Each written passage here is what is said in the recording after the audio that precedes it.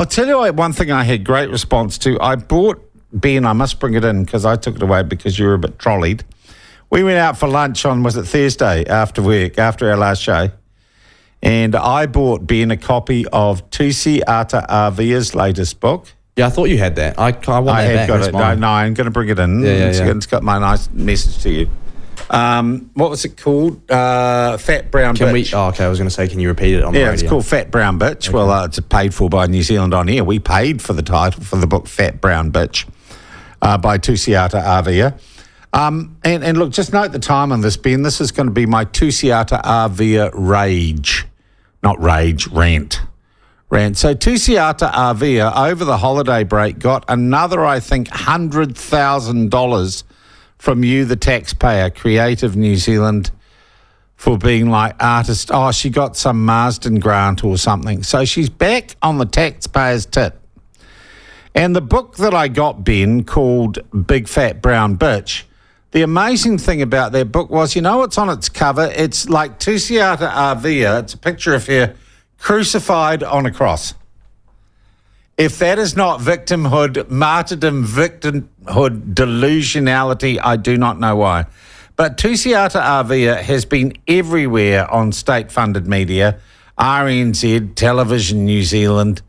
Oh, the listener have got in on the act. She is the darling of We Hate the National Party and We Hate New Zealand First. And she runs around saying everyone's being mean to me, even though we have put hundreds of thousands of dollars of taxpayers' money into her, I think, rather average poetry, potty-mouthed poetry. But Tusiata Avia is like a symbol to me of the culture wars and how the left and the woke are hanging on with grim determination to any skerrick of government funding or influence they still have. They're doing it at TVNZ. They're doing it at Creative New Zealand. They're doing it at Radio New Zealand.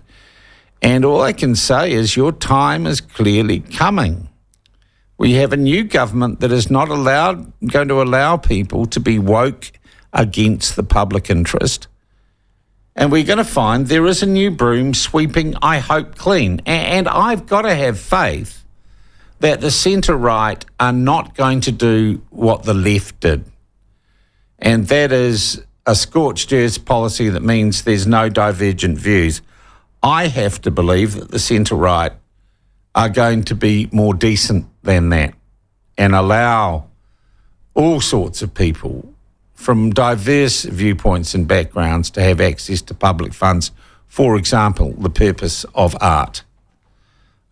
You hope that. Or maybe we just get rid of public funding of stuff like this altogether.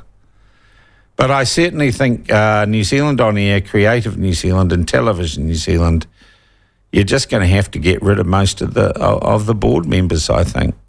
I note that a guy called Jim Mather is head of Radio New Zealand, chair of Radio New Zealand. I note that his wife receives a whole lot of money working for TVNZ and Māori media organisations. She gets public funding.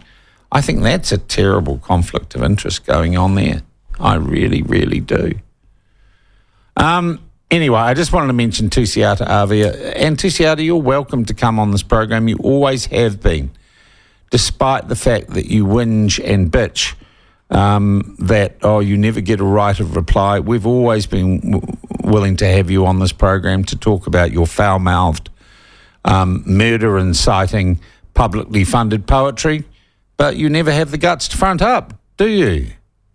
You'd rather put out a book that shows you like Christ being crucified on a cross. Well, the only crucifying that's been done is you crucify the English language, and you seem to be rather obsessed with yourself and how hard done by you are. The great victimhood card that you've been playing.